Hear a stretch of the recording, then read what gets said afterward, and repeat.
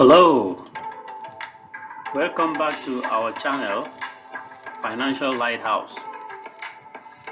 So for those of you who are returning after watching my first video last week, you're welcome back, and we also welcome our new guest.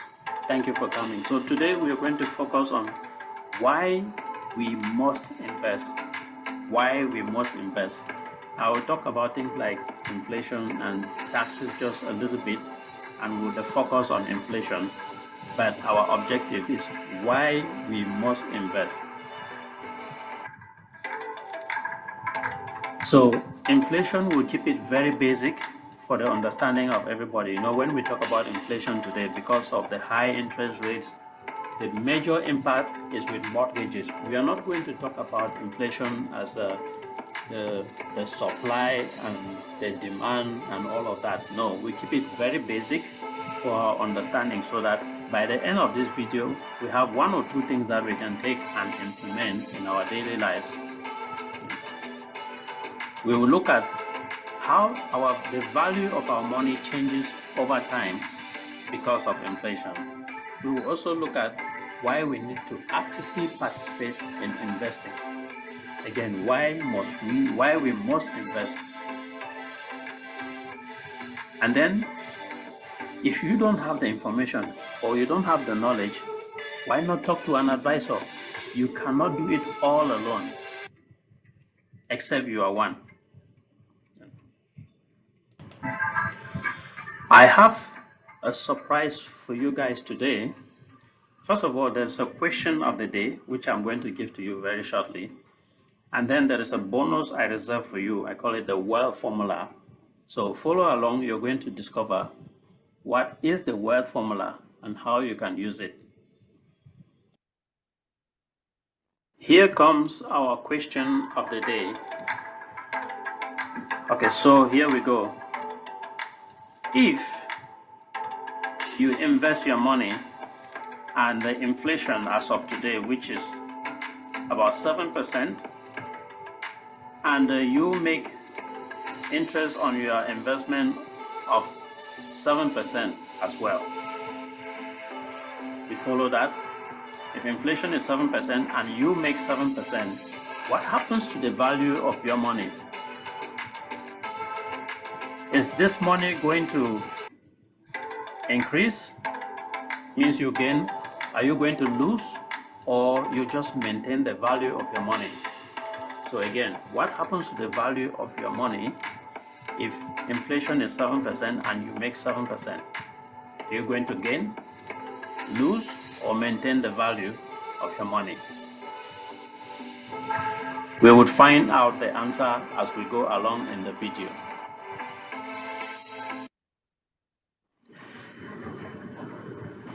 So inflation, guys, is something we all need to know. It does not recognize anybody. It doesn't recognize gender. It doesn't recognize race. It doesn't recognize height. You know, it doesn't even recognize the prime minister. You know, we are here in Canada. It doesn't recognize the prime minister. So this is not an issue of the government. Inflation has always been there along the ages.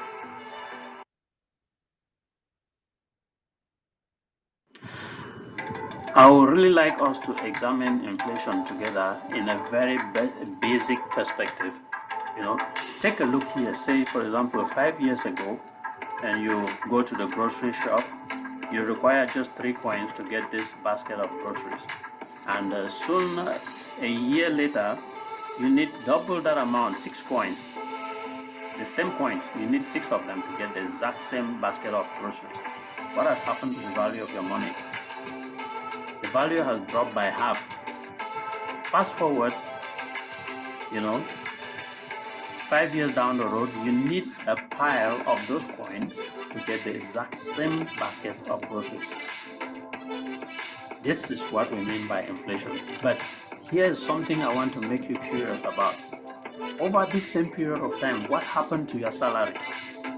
Did it keep pace with that inflation? Did your salary increase proportionately? Most likely not. So, and here's another question for you. What is bridging that gap? between your lifestyle and your salary. Now you see how people get into credit card debt. They're using credit card to make up for that gap. So we are not going to get distracted. We'll talk about that some other time. So, but look at the gas prices. In 1998, for example, it took $53 per liter for a liter of gas to fill your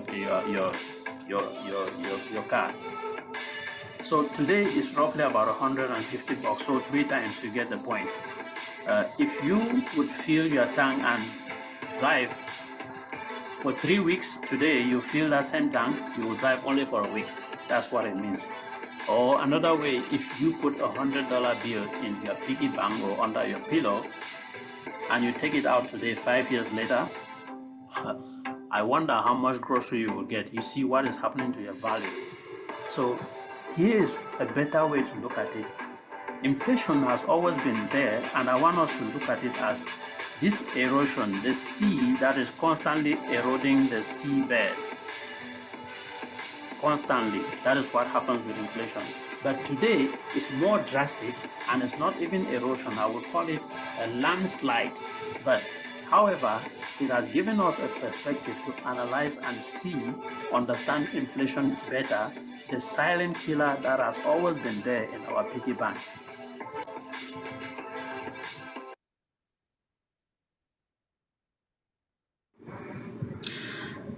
Now let us start to put things into numbers so we can get the clearer perspective. If you put $100 bill away, today inflation in Canada is approximately at 7%. So $100 bill, just 1 year down the road, say 2023, by the end of 2023, the value of that $100 bill will become $93. A further year down the road, 2024, it will be 86, and then the next year 80, the next year 74. Within 5-year period, your $100 bill has lost value, and now it's only worth $74. This is only 5-year period. I mean, if you put $10 away over this 5-year period, we're talking about $2.50 that you lost. You would say, okay, $2.50 is okay, and over a 5-year period, like, are you kidding me? It's nothing. But let's get down and see further how it looks like.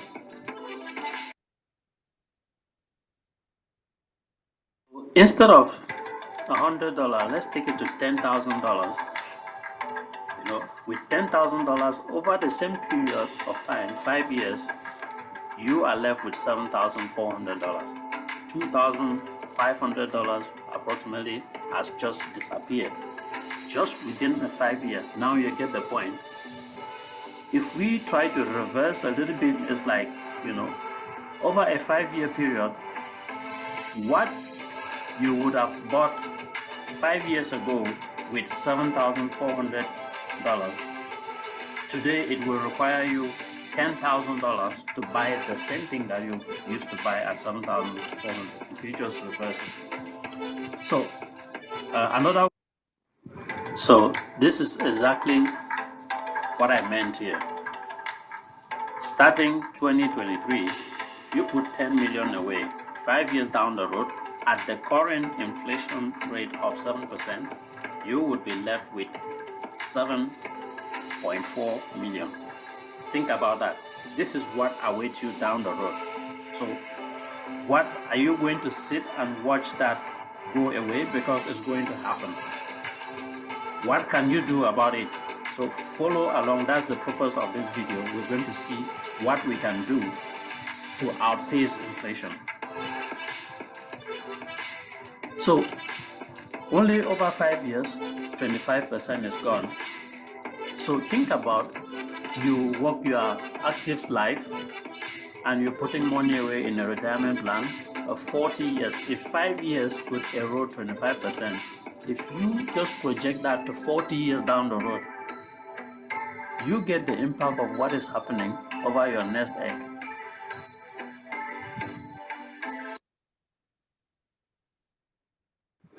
So now that we know, what can we do? Let's follow together and see what are the options that we have. I think we should begin by looking at the things that we shouldn't do. First of all, inflation is not something physical. If it was physical, I wonder what you'll be doing. I know what you are thinking right now. If it was a physical human being, for example, what we can do to it. So first of all, you're gonna avoid using this approach. It's not going to work. First, because you cannot see it. Secondly, you can spend hours, days, weeks calculating your grocery bills. It's not going to change anything, I don't think. You watch some people walk around in the grocery shop and with empty carts, just looking at the prices and getting scared by the prices. I wonder whether they go back home with nothing, which is not a possibility. One other thing you need to avoid, this is a moment of temptation. You have to avoid any attempt of quarreling. You know, the relationships can potentially break down with the stress that comes from this. Avoid quarreling over those grocery bills. Don't fight inflation. We have to outpace it, and we'll do that together. Stay tuned, and we'll see how we can do that. There is only one thing that we need to do, and that is to outpace inflation. We have to make more than the inflation. And before we get into that detail, I want to boldly remind you that inflation has always been there all along, even before the pandemic. You remember those GICs, they always advertise and say 1%, 1.5%, even sometimes 2%, and people are excited. And you think that you are making money when you make 1.5% interest on your money, on your savings or investment. Now with what you know, you think that you're making money, or can you imagine what people were excited about when you make 1.5% and inflation is 3%? So based on this scenario here, with the current 7% inflation, you realize that most institutions like the banks have already increased their GICs. They are somewhere 3, maybe 4%. But still, now you understand it doesn't even make sense, because even at 4% GIC, inflation is 7%. So, but I have a challenge for you. Take this as a question home, and you can write in the comment, put your answers in the comment, or put some other questions that you have in the comment section. So the question goes like this: if you have $1 million with this scenario, inflation 7%, and you have it in the GIC at 1.5%, over 5 years down the road, now it's 2023, by 2027, how much will be the worth of your money? A tip for you: if inflation is 7% and you're making 1.5%, did you realize that you are net negative 5.5%? You're losing your money. So that is a tip for you for your homework. By the time you do this homework and you have the answer, now you will understand the need why you have to actively get involved in managing your own investment and your own finances, or you talk to an advisor. And by the way, I have a video that will be coming up probably in a week, talking about the importance of getting an advisor. Before you even think about setting your money aside, saving, investment, or whatever, the first thing that has to come to your mind is inflation. Your objective, your goal is to outpace inflation. Without that, you will be losing your money. So coming to the question of the day, I ask, what will happen to the value of your money over time if you are making 7% interest and the inflation is 7% as well. Is it going to stay constant? Are you going to lose money or are you going to gain? So let's observe it together. If inflation is 7% and you make 7%, it just balances, comes to zero. So those who had answers as you're going to make money, I don't think anyone had that as an answer. So because it's wrong, it's not. So did we lose money? At this point, we think that maybe we just maintain the value of our money over time. But let me ask you this question. Do you know that you pay tax on any income that is earned? And did you know that the interest that you make on your investment is considered as income? So if you made 7% and the inflation is 7%, so how are you going to pay the tax on that 7% that you made? So if you made 7%, first you have to pay the tax, which will bring it down to less than 7%, and inflation is 7%. So you get where I'm heading to. Even making an interest of 7% in a scenario where the inflation is 7%, you still lose money. So you cannot target inflation and think that you will keep the value of your money.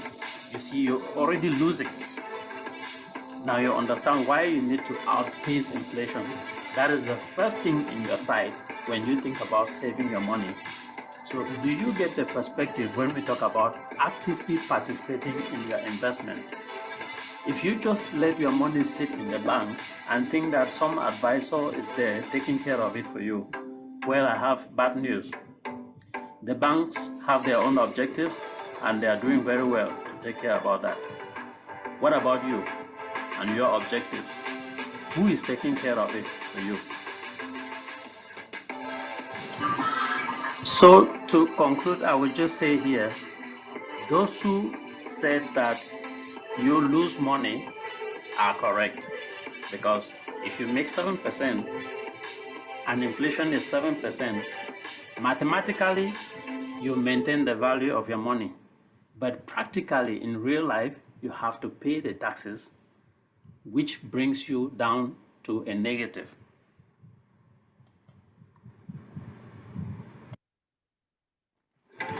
So I will start first by giving you your bonus before I will give you a summary of the day.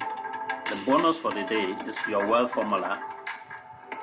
How do you make wealth? So for you to make wealth, first of all, to invest money, you need to first of all have the money. And you have to have a positive rate of return that both the money and the rate of return should be able to negate the impact of inflation and taxes. So here is your wealth formula: plus money plus rate of return minus inflation minus taxes will give you wealth. That's your wealth formula. I hope you got something valuable to take away from here today. So as a summary from what we've gone through, I'll begin by asking a question. Is it possible to grow money at below inflation rate? For those of you who have followed up to this moment, you see that is an impossibility. That takes me to GICs. You know, you're familiar with those adverts all around the place. GIC 1%, 1.5%, even 2%. This has always been there, even before the pandemic. You know what I'm talking about. And I call this a camouflage because they camouflage people to believe that they make money. Now, with your understanding that you have, at GIC below inflation, you see how you're still losing on money. So is it important for you to actively take part in investing your money? So growing your money is your own personal objective, and you have to get involved and take care of that. Because I can tell you, those institutions that give these GICs or other products, they have their own objectives and they are very good at taking care of that. So you have to get a financial advisor, except you are one. So you need to get to work. You cannot bribe or corrupt inflation. The only one way is to outpace it.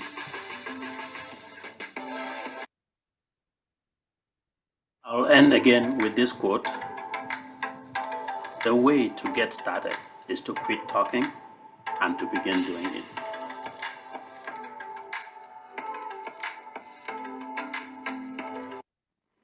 So at this moment, I just want to thank you again for watching up to this point.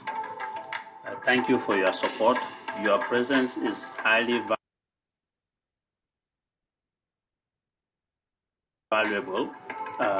If you like what you see, please share, like, put comments. If you have something that you want us to cover a topic, you can put it in the comment section. Subscribe to our channel so that you can get upcoming episodes automatically. So thank you, and see you next time.